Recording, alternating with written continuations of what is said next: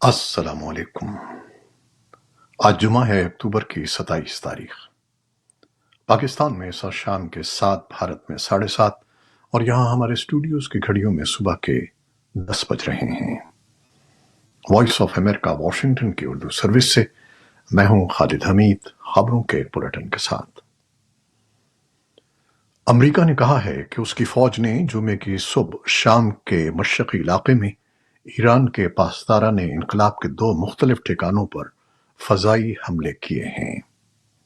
محکمہ دفاع کے مطابق 17 اکتوبر سے عراق میں امریکی اڈوں اور فوجی اہلکاروں پر 12 اور شام میں 4 حملے ہوئے ہیں۔ ان حملوں کے جواب میں جمعے کو جنگی طیاروں کی مدد سے کارروائی کی گئی۔ حکام کا دعویٰ ہے کہ ایرانی ملیشیا اور پاسداران انقلاب کے جنگجو بیس پر موجود تھے، تاہم امریکہ نے کارروائی کے نتیجے میں ہونے والے نقصان کے بارے میں کوئی تفصیل جاری نہیں کی۔ امریکی وزیر دفاع لائیڈ آسٹن نے ایک بیان میں کہا ہے کہ یہ حملے عراق اور شام میں امریکی فوجی اہلکاروں پر ایرانی حمایت یافتہ گروہوں کی جانب سے حملوں کے جواب میں کیے گئے۔ اسرائیلی فوج نے جمعے کو بتایا کہ اس کے دستوں نے جنگی طیاروں اور ڈرونز کی مدد سے غزہ میں ایک بار پھر زمینی حملہ کیا ہے اور غزہ کے مضافات میں گزشتہ 24 گھنٹوں کے دوران درجنوں عسکریت پسندوں کے ٹھکانوں کو نشانہ بنایا ہے۔ فوج نے کہا کہ فوجی کسی جانی نقصان کے بغیر علاقے سے نکل آئے۔ اسرائیل اور حماس کا تنازعہ جمعے کو 21ویں دن میں داخل ہو گیا ہے۔ دونوں طرف سے مجموعی طور پر 8,300 سے زائد افراد ہلاک ہو چکے ہیں۔ غزہ کی وزارت صحت کے مطابق غزہ میں مرنے والوں کی تعداد کم از کم 7,000 تک پہنچ گئی ہے، جن میں اکثریت خواتین اور بچوں کی ہے۔ وزارت نے جو غزہ میں اموات کی تعداد کا پتہ لگاتی ہے، جمعرات کو ناموں اور شناختی نمبروں کی ایک فہرست جاری کی ہے، جس میں 2,900 سے زیادہ نابالغ اور 1,500 سے زیادہ خواتین شامل ہیں۔ اقوام متحدہ نے کہا ہے کہ اسے تشویش ہے کہ اسرائیل اور حماس کے درمیان لڑائی میں دونوں طرف سے جنگی جرائم کا ارتکاب کیا جا رہا ہے۔ اقوام متحدہ کے انسانی حقوق کے دفتر نے جبری منتقلی، اجتماعی سزا اور یرغمال بنائے جانے کا حوالہ دیا۔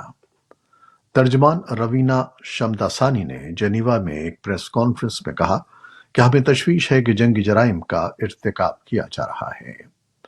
انہوں نے کہا کہ ہمیں حماس کے ظالمانہ حملوں کے جواب میں غزہ کے باشندوں کو دی جانے والی اجتماعی سزا پر تشویش ہے، جو جنگی جرائم کے زمرے میں آتے ہیں۔ انہوں نے کہا کہ یہ ایک آزاد عدالت کا کام ہے کہ وہ اس بات کا تعین کرے کہ آیا جنگی جرائم کا ارتکاب ہوا ہے یا نہیں۔ یورپی یونین کے رہنماؤں نے جمعرات کو برسلز میں ایک سربراہی اجلاس میں ایسے طریقے تلاش کرنے کی کوشش کی جن سے ضرورت مند فلسطینیوں تک ضروری امداد کو یقینی بنایا جا سکے اور غزہ میں حماس کی جانب سے یرغمال بنائے گئے شہریوں کی رہائی میں مدد مل سکے۔ یورپی یونین کے ملک اس مشکل میں ہیں کہ وہ حماس کے حملوں کی مذمت اور اسرائیل کے اپنے دفاع کے حق کی حمایت میں کس طرح توازن قائم کریں۔ اسرائیل کے کٹر حامی کسی مشترکہ بیان میں ایسی کسی بھی زبان کے مخالف ہیں جسے اسرائیل کے اپنے دفاع کے حق میں رکاوٹ سمجھا جائے۔ امریکہ اور پاکستان کے اعلیٰ حکام کے درمیان ایک ایسے وقت میں رابطہ ہوا ہے جب پاکستان اپنے ہاں مقیم غیر قانونی طور پر تارکین وطن کی ملک بدری سے متعلق ایک عملی پالیسی کا اعلان کر چکا ہے، جس پر باضابطہ طور پر عمل 1 نومبر کے بعد شروع ہوگا۔ اسلام آباد میں امریکی سفیر ڈونلڈ بلوم نے جمعرات کو نگراں وزیر اعظم انوار الحق کاکڑ سے ملاقات کی، جس میں وسیع تر دو طرفہ اہم امور پر تبادلہ خیال کیا گیا، جس میں امریکہ میں آباد کاری کے اہل افغان شہریوں کے معاملے پر بھی گفتگو ہوئی۔ دوسری جانب جمعرات کو ہی امریکی محکمہ خارجہ نے بھی اس بات کی تصدیق کی کہ قائم مقام معاون وزیر خارجہ برائے سیاسی امور وکٹوریا ناولینڈ نے پاکستان کے نگراں وزیر خارجہ جلیل عباس جیلانی سے بات کی اور امریکہ اور پاکستان شراکت داری سے متعلق اہم امور پر تبادلہ خیال کیا۔ اسلام آباد ہائی کورٹ نے سائفر کیس میں سابق وزیر اعظم عمران خان کی درخواست ضمانت اور مقدمے کو خارج کرنے کی درخواستیں مسترد کر دی ہیں۔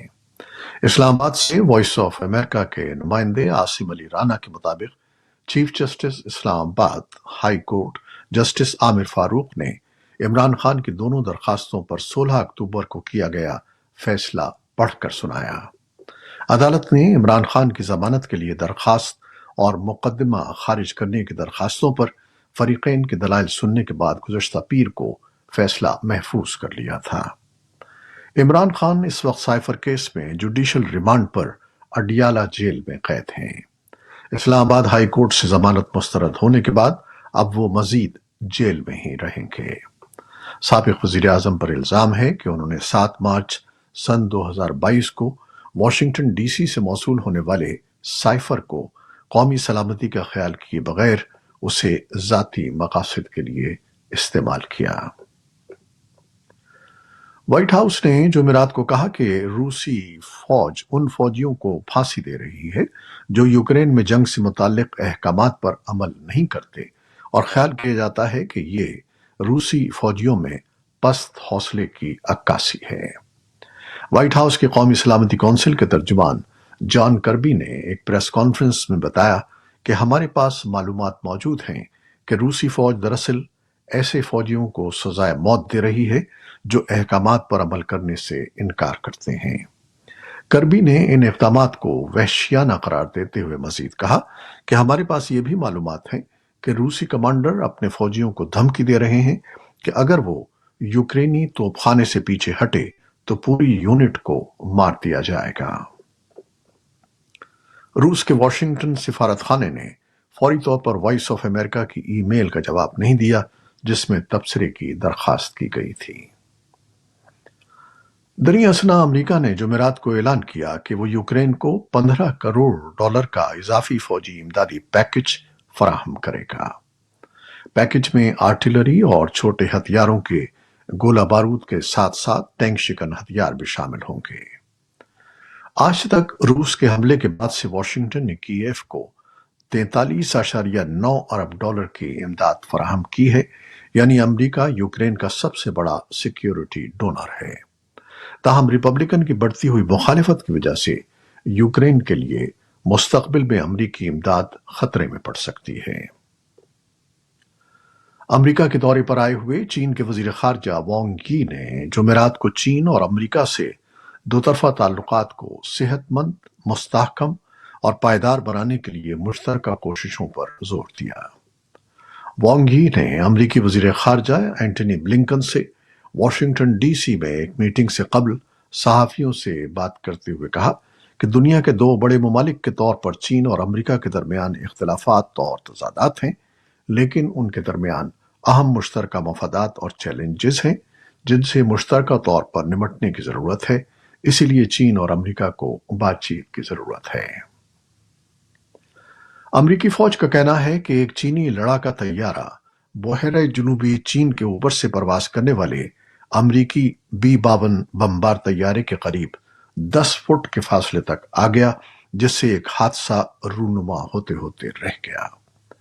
You S Indo Pacific command نے جمعرات کو دیر گئے جاری ایک بیان میں کہا کہ شنیانگ J-11 ٹوئن انجن والا لڑاکا طیارہ امریکی فضائیہ کے طیارے کے بہت قریب آ گیا اور دونوں طیاروں کو تصادم کے خطرے میں ڈال دیا۔ چین کی وزارت خارجہ نے فوری طور پر تبصرے کی درخواست کا جواب نہیں دیا۔ سینکڑوں پولیس اور قانون نافذ کرنے والے اہلکار جمعے کو شمال مشرقی امریکی ریاست مین میں ایک 40 سالہ شخص کی تلاش جاری رکھے ہوئے ہیں جس نے حکام کے مطابق لیوسٹن کے چھوٹے سے شہر میں ایک باؤلنگ کلب اور ایک بار میں فائرنگ کر کے 18 افراد کو ہلاک کر دیا تھا۔ ریاست مین کی پولیس کے سربراہ کرنل ولیم راس نے کہا کہ مشتبہ شخص رابرٹ کارٹ مسلح اور خطرناک ہے اور یہ کہ جو بھی اسے دیکھے اسے پولیس کو اطلاع دینی چاہیے۔ پولیس نے بتایا کہ رابرٹ US آرمی ریزرو کا ایک رکن ہے جس نے حال ہی میں بتایا تھا کہ اسے ذہنی صحت کے مسائل درپیش ہیں۔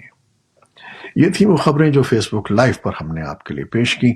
ہماری ویب سائٹ، یوٹیوب اور پوڈ کاسٹ پر یہ بلیٹن آپ کے لیے پوسٹ کر دیا جاتا ہے۔ آپ ہمارے بلیٹن کو شیئر کرتے ہیں اور اپنے کمنٹس میں اپنی محبتوں کا اظہار کرتے ہیں، جس کے لیے ہم آپ کے بہت ممنون ہیں۔ اپنی ان محبتوں کو جاری رکھیے گا۔